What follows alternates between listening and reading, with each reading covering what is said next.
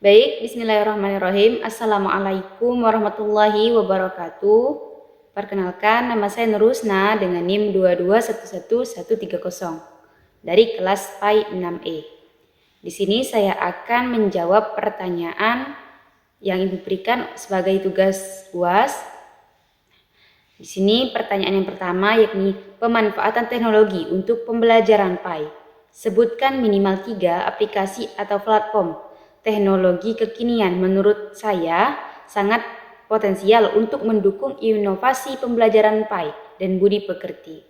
Nah, selanjutnya jelaskan secara spesifik bagaimana saya akan memanfaatkan masing-masing aplikasi tersebut untuk meningkatkan pemahaman siswa terhadap materi PAI serta bagaimana saya mengantisipasi tantangan atau batasan dalam penggunaannya. Pemanfaatan teknologi untuk pembelajaran PAI dan budi pekerti di era digital saat ini, teknologi memiliki peran penting dalam dunia pendidikan, termasuk dalam pembelajaran pendidikan agama Islam, PAI, dan budi pekerti. Dengan bantuan teknologi, guru bisa mengemas materi pelajaran dengan lebih baik, interaktif, dan mudah dipahami oleh siswa. Nah, ada 3 aplikasi menurut saya yang sangat mendukung untuk inovasi pembelajaran PAI dan budi pekerti. Menurut saya, yang pertama itu ada aplikasi Quizizz. Pemanfaatannya, Quizizz ini adalah aplikasi kuis online berbasis game yang membuat pembelajaran menjadi lebih seru dan menyenangkan. Siswa bisa mengerjakan soal dengan tampilan yang interaktif dan penuh warna, serta mendapatkan skor langsung. Nah, cara menggunakan untuk pembelajaran PAI-nya gimana? Nah, cara menggunakannya, setelah pembelajaran itu selesai, saya akan membuat kuis di Quizizz berisi soal-soal tentang materi yang telah dipelajari seperti rukun iman, rukun Islam, atau sejarah Islam. Misalnya, dalam materi tentang iman kepada malaikat, saya akan membuat kuis tentang nama-nama malaikat dan tugasnya. Nah, siswa itu akan berlomba-lomba menjawab dengan cepat dan benar. Nah, antisipasi tantangannya, yakni misalkan ada beberapa siswa mungkin hanya menebak jawaban dengan membaca soal dengan sungguh-sungguh. Oleh karena itu, setelah sesi kuis itu selesai, saya itu akan membahas kembali soal-soal tersebut bersama siswa agar mereka memahami jawaban yang benar. Jadi bukan hanya fokus pada nilai yang tinggi, tapi juga ke pemahaman. Yang kedua, aplikasi menurut saya yaitu Canva. Canva ini adalah aplikasi yang desain online yang sangat mudah digunakan bahkan oleh pemula. Canva menyediakan berbagai template untuk membuat poster, infografi, presentasi, dan lain-lain. Ini sangat cocok untuk menumbuhkan kreativitas siswa dalam pembelajaran pendidikan agama Islam dan budi pekerti.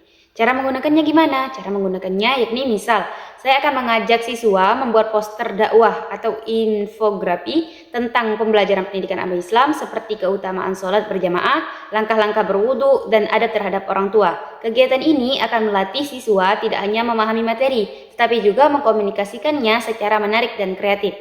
Nah, antisipasi tantangan, mungkin ada siswa yang belum terbiasa menggunakan Canva atau kurang mahir dalam desain. Nah, untuk itu saya akan memberikan contoh desain yang sederhana, memberikan tutorial singkat dan mendampingi mereka dalam proses pembuatannya. Jadi tidak bergerak sendiri mereka. Yang ketiga, aplikasi YouTube, yakni YouTube ini memberikan manfaat jadi YouTube ini adalah platform berbagi video yang sangat populer dan mudah diakses oleh siapa saja termasuk siswa. Banyak channel pendidikan Islam yang menyediakan konten menarik dan mendidik seperti kisah-kisah Nabi, tafsir ayat Al-Quran, video dakwah, ceramah singkat, hingga penjelasan tata cara ibadah atau dalam pelajaran fikih. Cara menggunakannya gimana? Nah, cara menggunakannya, misalkan saya akan menggunakan YouTube sebagai media bantu visual untuk memperkuat penjelasan materi. Misalnya, ketika membahas materi tentang akhlak terpuji, saya akan menayangkan video kisah Nabi Muhammad SAW dalam berdakwah dan menunjukkan sifat sabar, jujur, dan lemah lembut, tidak sombong, dan sebagainya. Setelah menonton, siswa itu akan diajak berdiskusi dan menuliskan nilai-nilai akhlak yang bisa diteladani dalam kehidupan sehari-harinya. Nah, untuk antisipasi tantangannya gimana? Nah, yang pertama, tantangan utama dalam menggunakan YouTube adalah banyaknya konten yang tidak sesuai dan tidak relevan. Untuk mengatasinya, saya akan memilih dan menyaring video terlebih dahulu. serta memberikan link khusus yang harus dibuka siswa. Jadi tidak asal-asalan buka link. Saya juga akan mendampingi atau memberi arahan saat siswa menonton agar mereka fokus dan tidak membuka video lain. Jadi diawasi oleh guru. Jadi pemanfaatan teknologi dalam pembelajaran PAI dan budi pekerti bukan hanya sebuah pilihan, tetapi sudah menjadi kebutuhan di era digital saat ini. Aplikasi seperti YouTube, Quizizz, dan Canva memberikan warna baru dalam cara guru menyampaikan materi dan cara siswa mempelajari pelajaran. Melalui video, kuis, interaktif, dan desain kreatif, siswa tidak hanya menerima informasi tetapi juga terlibat aktif dalam proses pembelajaran. Namun, keberhasilan penggunaan teknologi tetap bergantung pada peran guru sebagai pengarah dan pendidik. Teknologi hanyalah alat, sedangkan sentuhan nilai, akhlak, dan keteladanan tetap harus datang dari guru. Maka dari itu, menggabungkan kecanggihan teknologi dengan nilai-nilai Islami akan menciptakan pembelajaran yang tidak hanya cerdas secara intelektual, tetapi juga berakhlak mulia. Nah, inilah bentuk nyata pendidikan abad 21 yang tetap berpijak pada nilai-nilai luhur.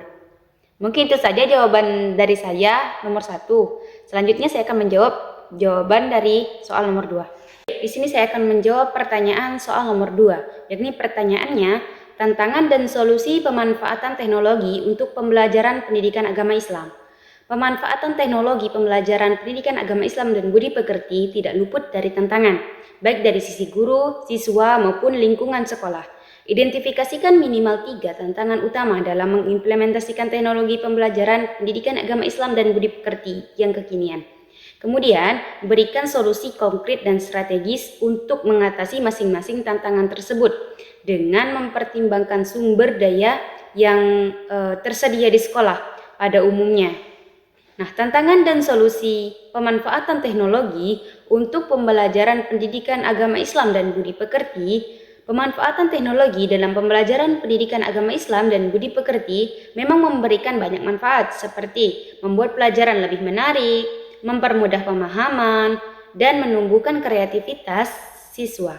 Namun, dalam pelaksanaannya tentu tidak lepas dari berbagai tantangan, baik itu dari guru, siswa, maupun dari lingkungan sekolah. Menghadapi kendala yang seperti dijelaskan di atas tadi, perlu diatasi bersama. Nah, ada 3 tantangan umum berisi solusi konkret yang bisa dilakukan. Yang pertama, tantangannya, tidak semua guru menguasai teknologi. Banyak guru, terutama yang sudah mengajar sejak lama, mungkin belum terbiasa dengan menggunakan aplikasi-aplikasi digital seperti YouTube, Canva, Quizizz, dan lain-lain. Nah, hal ini membuat guru merasa kesulitan saat ingin mengembangkan media pembelajaran berbasis teknologi. Solusinya, di sini ada solusinya. Solusinya, sekolah dapat mengadakan pelatihan atau workshop secara berkala untuk meningkatkan kemampuan guru dalam menggunakan teknologi. Pelatihan ini bisa difokuskan pada aplikasi yang paling sering digunakan dalam pembelajaran. Selain itu, guru mudah atau yang sudah mahir bisa menjadi mentor bagi guru lain agar bisa saling berbagi ilmu dan pengalaman. Dengan cara ini, guru tidak merasa belajar sendirian dan lebih percaya diri dalam mencoba hal-hal baru. Tantangan yang kedua, yakni keterbatasan akses perangkat dan internet. Tidak semua siswa memiliki HP pribadi atau akses internet yang stabil di rumah. Hal ini membuat pembelajaran berbasis teknologi menjadi tidak merata dan menimbulkan kesenjangan antara siswa. Solusinya gimana? Nah, solusinya sekolah bisa menyediakan ruang atau pojok belajar digital khusus untuk belajar digital yang dilengkapi dengan komputer dan koneksi internet, sehingga siswa yang tidak memiliki perangkat tetap bisa mengakses materi saat di sekolah. Selain itu, guru bisa menyusun materi pembelajaran yang bisa diakses secara online, seperti video atau materi dalam bentuk PDF, yang bisa dikirim melalui flashdisk atau Bluetooth antar siswa jika tidak ada sinyal. Yang ketiga, tantangannya yakni menyalahgunakan teknologi oleh siswa. Saat diberi tugas menggunakan internet, beberapa siswa justru membuka media sosial, bermain game, atau mengakses konten yang tidak sesuai. Hal ini bisa mengganggu fokus belajar dan tidak sesuai dengan tujuan pembelajaran pendidikan agama Islam, yang syaratnya dengan nilai moral dan akhlak. Solusinya, guru bisa memberikan pengawasan dan arahan yang jelas dalam menggunakan teknologi. Misalnya dengan memberikan link langsung ke materi yang dibutuhkan dan menentukan batas waktu pengerjaannya. Selain itu, penting juga untuk menanamkan nilai tanggung jawab dan amanah kepada siswa dalam menggunakan teknologi. Guru bisa menyisipkan materi digital seperti etika menggunakan internet dan media sosial agar siswa sadar akan tanggung jawab mereka. Nah, mungkin itu saja yang dapat saya jelaskan mengenai tugas UAS yang Ibu berikan. Kurang dan lebihnya saya mohon maaf, kepada Allah saya mohon ampun. Billahi taufik wal hidayah. Wassalamualaikum warahmatullahi wabarakatuh.